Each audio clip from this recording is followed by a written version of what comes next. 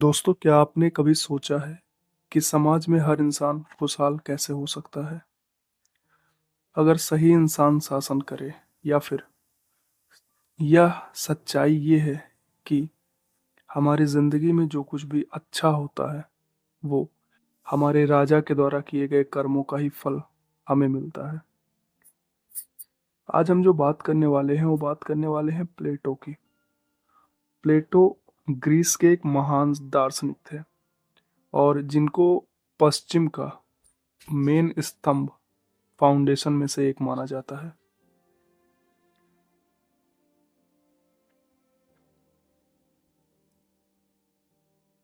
प्लेटो का जन्म 427 ईसा पूर्व में एथेंस में हुआ था और वो सुकरात, सोक्रेटिस के शिष्य थे और अरस्तु के गुरु। प्लेटो ने अपने विचारों और शिक्षाओं के माध्यम से दर्शन, राजनीति, नैतिकता, शिक्षा और समाजशास्त्र, इन सभी क्षेत्रों में बहुत ही गहरा प्रभाव डाला था। प्लेटो की बात करें तो प्लेटो का जीवन और शिक्षा और उनकी जिंदगी के बारे में आने से पहले आपको एक बात बताता हूँ। ये वीडियो सिर्फ सुनने भर से ही आप एक महान फिलोसोफर के बारे में जान पाओगे। और अगर आप यूपीएससी या कोई भी एग्ज़ाम की तैयारी कर रहे हो तो भी ये वीडियो आपके लिए बहुत ज़्यादा हेल्पफुल है। तो बहुत ही ध्यान से, बहुत ही धैर्य से सोते वक्त में इस वीडियो को कान के पास लगाओ और सुनते हुए सो जाओ।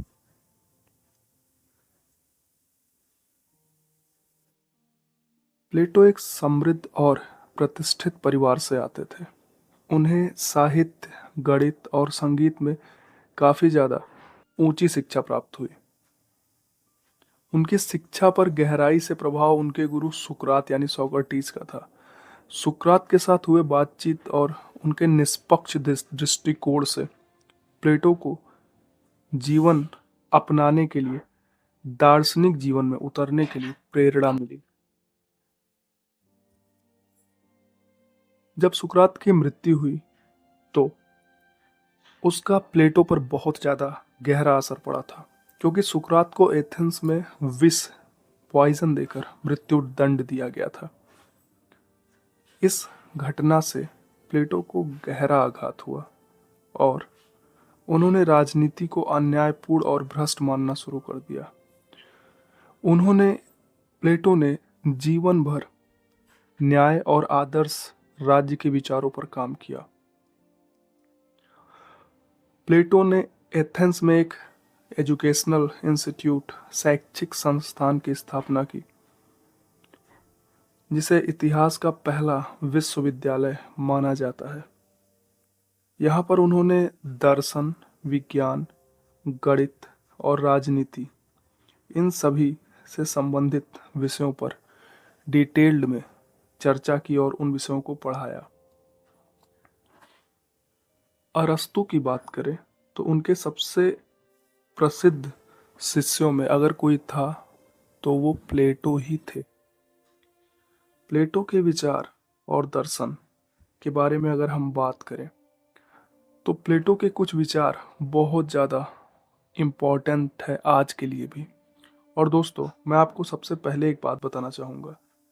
द रिपब्लिक, इस किताब के बारे में मैं आपको बहुत कुछ इस वीडियो में बताने वाला हूँ, तो बस सुनते चले जाओ। सबसे पहले अगर हमें किताब को समझना है तो उससे पहले हमें प्लेटो को समझ लेना ज़रूरी है, जो कि मैंने आपको अभी तक बताया। अब अगर प्लेटो के विचार की बात करें तो उन्होंने आदर्श राज्य, आइडियल स्टेट का विचार किया। दोस्तों, प्लेटो का मानना था कि एक आदर्श समाज तभी संभव है जब उसके दार्शनिक, फिलोसोफर, राजा, किंग उस राज्य को चलाएं और जो ज्ञान और सत्य को समझते हों। ओशो का आइडियल स्टेट में ये मानना था कि किसी भी राजा को दार्शनिक होना ही चाहिए और उसे न्यायप्रिय और सत्य को समझने वाला होना चाहिए।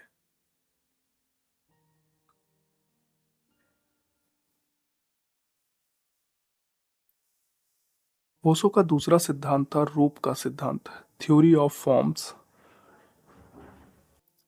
प्लेटो का दूसरा सिद्धांत था रूप का सिद्धांत, थ्योरी ऑफ फॉर्म्स।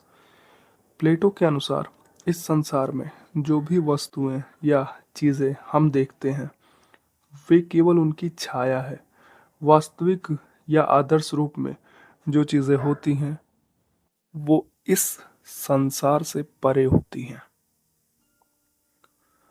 ओशो का माफ कीजिएगा, प्लेटो का पहला और आखिरी इन दोनों विचारों में कुछ विचार बहुत ही कीमती हैं, जैसे गुफा की उपमा।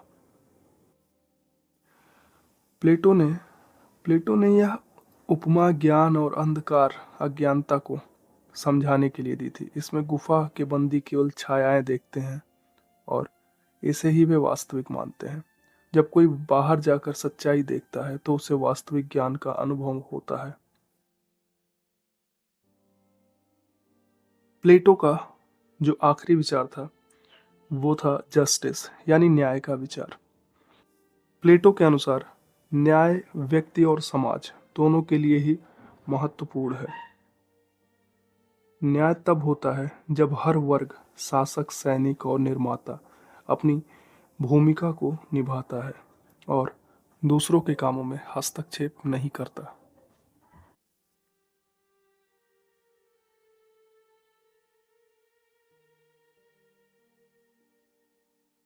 प्लेटो की द रिपब्लिक ये जो बुक है ये बहुत ही प्यारी और बहुत ही प्रेरणादायक बुक है, जिसमें आपको रियल वर्ल्ड के काफ़ी सारे फैक्ट पता चलने वाले हैं। इस बुक को 6 मुख्य बिंदुओं पर बांटा गया है। इनको हम समझते हैं। इस बुक को समझने से आप प्लेटो को समझ पाओगे बहुत अच्छे तरीके से। प्लेटो सबसे पहला इसमें जो पॉइंट है इस बुक में, द रिपब्लिक बुक में, वो है न्याय यानी जस्टिस। प्लेटो न्याय को न केवल व्यक्तिगत गुण मानते हैं बल्कि इसे पूरे समाज का एक आधार मानते हैं। प्लेटो का तर्क है कि एक न्यायपूर्ण समाज वो है जहां हर व्यक्ति और हर वर्ग के लोग अपनी भूमिका सही से निभाएं।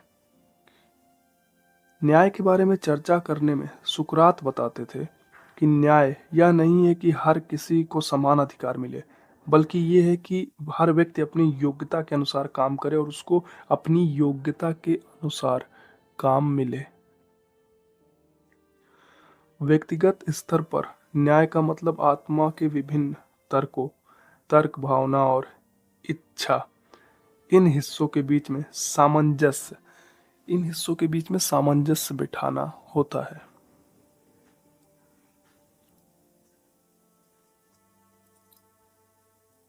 जस्टिफिकेशन यानी न्याय, ये जो पॉइंट है ये पॉइंट सभी के जीवन में बहुत ज़्यादा कीमती है। हम सभी अपने आप को ठगा हुआ महसूस करते हैं अगर हमारे जीवन में हमें कहीं पर उचित न्याय नहीं मिलता तो। इसलिए प्लेटो ने हजारों साल पहले इस पर पूरा एक पॉइंट बताया था। प्लेटो का अगला पॉइंट है आदर्श राज्य। प्लेटो की कल्पना में ये कल्पना थी कि हमारा जो राज्य होना चाहिए वो आइडियल होना चाहिए। प्लेटो का आदर्श राज्य जो था एक संगठित और सामंजस्यपूर्ण समाज है जिसमें 3 वर्ग होते हैं। प्लेटो कहते हैं कि शासक ये पहला वर्ग है, रूलर्स। ये राज्य के दार्शनिक और बुद्धिमान लोग हैं जिनका उद्देश्य समाज में न्याय और सद्भाव बनाए रखना है। दूसरा वर्ग है सैनिक। ये योद्धा हैं जो राज्य की रक्षा करते हैं और शासकों के आदेश का पालन करते हैं। इनका काम साहस और अनुशासन बनाए रखना है। तीसरा वर्ग प्रोड्यूसर यानी निर्माता। ये किसान, कारीगर और व्यापारी होते हैं जो समाज की भौतिक आवश्यकताओं को पूरा करते हैं। प्लेटो का मानना है कि समाज तभी सही ढंग से काम करेगा जब प्रत्येक वर्ग अपनी भूमिका सही से निभाएगा और दूसरे के कार्यों में हस्तक्षेप नहीं करेगा। इस बुक का तीसरा पॉइंट दर्शन शास्त्री राजा यानी फिलोसोफर किंग है। प्लेटो कहते हैं कि उनका मानना है केवल दार्शनिक और सच्चे ज्ञान और सत्य को समझ पाने की क्षमता से ही इंसान राजा बन सकता है। दार्शनिक राजा का उद्देश्य व्यक्तिगत लाभ नहीं बल्कि समाज के कल्याण के लिए काम करना होना चाहिए। प्लेटो ने कहा कि केवल व्यक्ति शासक बनने के लिए लालसाओं को देखकर शासक ना बने। व्यक्तिगत स्वार्थ से ऊपर उठ चुका व्यक्ति ही सत्य, न्याय और नैतिकता को गहराई से समझ सकता है। किसी भी राजा को फिलोसोफर बनना ही पड़ता है। उसे सत्य को समझने के बाद ही राज्य करना चाहिए। प्लेटो का ये बहुत गहराई से मानना था। किताब 6 पार्ट में बटी हुई है और चौथे पार्ट की अगर बात करें तो ये पार्ट है आत्मा का विभाजन। प्लेटो ने आत्मा को 3 हिस्सों में बांटा। पहला है तर्क, रीजन। ये आत्मा का सर्वोच्च हिस्सा जो ज्ञान और सत्य को प्रेरित करता है। ये वो हिस्सा है जो न्याय और नैतिकता को समझता है। प्लेटो का जो आत्मा को उन्होंने बांटा उसका दूसरा हिस्सा है भावना, स्पिरिट। पहला है तर्क, दूसरा है भावना। भावना में प्लेटो ये कह रहे हैं कि आत्मा का वो हिस्सा जो साहस, सम्मान और इच्छा शक्ति को प्रेरित करता है। योद्धाओं और सैनिकों से जुड़ी बात करते हैं प्लेटो। तीसरे इच्छा की बात करें तो वो है, तीसरे विभाजन की बात करें, हिस्से की बात करें तो वो है इच्छा। ये आत्मा का सबसे निचला हिस्सा है जो भौतिक सुखों और इच्छाओं की ओर खींचता है। प्लेटो कहते हैं एक संतुलित व्यक्ति वही है जिसमें तर्क आत्मा का नेतृत्व करता है, भावना इसे समर्थन करती है और इच्छा इसे नियंत्रित करती है। व्यक्ति के जीवन में बहुत सी ऐसी परिस्थितियां आती हैं जब उसे तर्क, भावना और इच्छा में सामंजस्य बैठा पाना बहुत मुश्किल होता है। मित्रों, आपको एक बात बहुत अच्छे से समझना होगा कि इंसान का जीवन इन्हीं 3 फाउंडेशन पर ही चलता है। इंसान पशु से अलग इसीलिए है क्योंकि उसके अंदर तर्क करने की क्षमता है। हमारे लिए क्या चीज़ उचित है, क्या चीज़ हमें मोटिवेट कर रहा है, क्या चीज़ हमें एक एक्साइटेड कर रहा है, इस पर भावना का बहुत अहम रोल होता है। और हमारे जीवन में सबसे ज़्यादा चीज़ आने वाली चीज़ है इच्छा, जिसमें से 99.99% इच्छाएं व्यर्थ हो जाती हैं क्योंकि हम हर सेकंड कुछ ना कुछ सोच रहे हैं। तो इच्छाओं पे बहुत ज़्यादा जोर नहीं देना, लेकिन इसीलिए इच्छा को प्लेटो ने सबसे निचला हिस्सा माना है। हमें ध्यान देना है किस पर? हमें ध्यान देना है भावना पर और तर्क पर। हमारे लिए क्या उचित है ये जानने से पहले हमारे समाज और सभी लोगों के लिए भी क्या वो चीज़ उचित है, इस तर्क शक्ति से अपनी इच्छाओं का परीक्षण करने के बाद ही हम जीवन में आगे बढ़ें। 5वां पॉइंट इस किताब में प्लेटो ने कहा गुफा की उपमा। प्लेटो ने ज्ञान और अज्ञानता के बीच अंतर को समझाने के लिए गुफा की उपमा दी। प्लेटो कहते हैं इसमें लोग गुफा में बंद हैं और केवल गुफा की दीवार पर पड़ने वाली छायाओं को देखते हैं। ये उनकी वास्तविकता है। अगर कोई व्यक्ति गुफा के बाहर निकले और सूरज की रोशनी, सत्य और ज्ञान को देखे तो उसे वास्तविकता का पता चलेगा। हालांकि जब वह गुफा में वापस आएगा और दूसरों को समझाने की कोशिश करेगा तो वो उसे अस्वीकार कर देंगे। ये उपमा दिखाती है कि लोग अक्सर अज्ञानता में जीते हैं और सत्य को स्वीकार करने में उनको कठिनाई होती है। आपको ये समझना बहुत ज़्यादा ज़रूरी है कि ये बातें हजारों साल पहले कही गई हैं। इससे आप एक चीज़ समझ सकते हो कि इंसान कभी नहीं बदलता।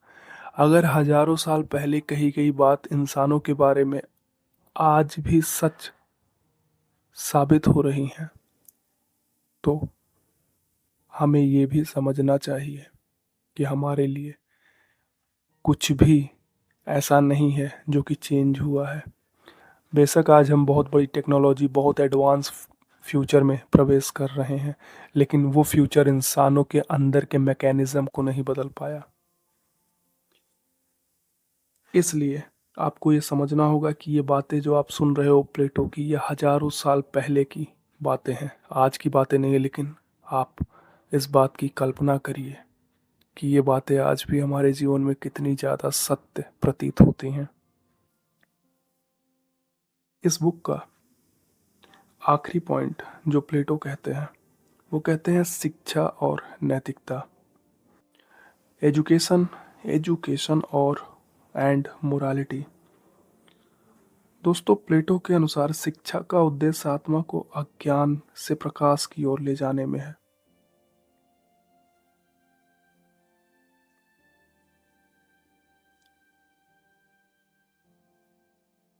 शिक्षा केवल जानकारी प्राप्त करना नहीं है, बल्कि आत्मा के विकास और नैतिकता की ओर बढ़ने का माध्यम है।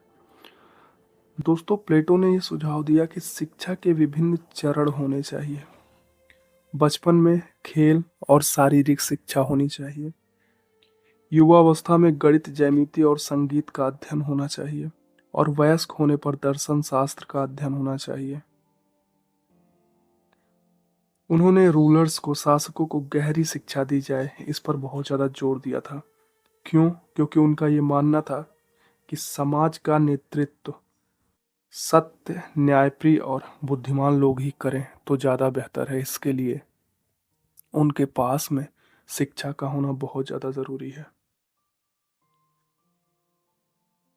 दुनिया के जितने भी महान फिलोसोफर्स, जितने भी ग्रेट साइकोलॉजिस्ट हुए हैं, उन सभी ने एक बात पर बहुत ज़्यादा जोर दिया है, और वो जोर ये है कि आपको एजुकेशन लेना चाहिए।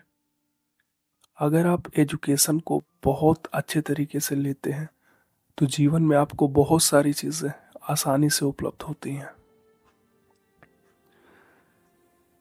प्लेटो की कही गई बातों में आज भी सच्चाई दिखती है। प्लेटो आज भी जो बातें हमें बता रहे हैं, वो बातें उतनी ही सत्य प्रतीत होती हैं जितनी कि हजारों साल पहले थी। बेशक आज का मनुष्य काफ़ी ज़्यादा एडवांस फीचर्स को जी रहा है। आज का मनुष्य बहुत सारी सुविधाओं के साथ जी रहा है। मनुष्य के पास बहुत कुछ ऐसा है जो पहले नहीं था। पर यह भी सत्य है कि इस दुनिया में बहुत से लोग ऐसे हैं जो आज भी बहुत सी असुविधाओं में जी रहे हैं। और इसी पर न्यायप्रिय और दार्शनिक राजा के होने पर वो प्लेटो ने बातचीत किया था। प्लेटो का कहना था कि मनुष्य मनुष्य को मनुष्य ही समझे तो ही जीवन सुचारू रूप से चल सकता है। प्रकृति एक सिद्धांत पर काम करती है। आप जिस चीज का इस्तेमाल नहीं करते वो बहुत जल्द ही आपसे दूर हो जाएगा, और यही सच्चाई है। हम सभी के जीवन में अगर हमें तरक्की करना है तो इस चीज पर हमें बहुत ज्यादा काम करना पड़ेगा। हमारे जीवन में जो कुछ भी अच्छा होगा उसके लिए हमें अपने आप को ही जिम्मेदार बनाना होगा, और ये जिम्मेदारी उठानी पड़ती है। प्लेटो ने जितनी भी बातें बताई उन सभी का अगर हम निष्कर्ष निकालें तो निष्कर्ष ये निकलता है कि द रिपब्लिक, ये जो बुक है, ये केवल राजनीतिक और सामाजिक व्यवस्था के बारे में नहीं है, बल्कि ये व्यक्ति और समाज में संतुलन और नैतिकता को स्थापित करने का एक मार्गदर्शक है। उनके विचार आज भी प्रासंगिक हैं और राजनीति और दर्शन शास्त्र में नैतिकता के क्षेत्र में प्रेरणा देते हैं।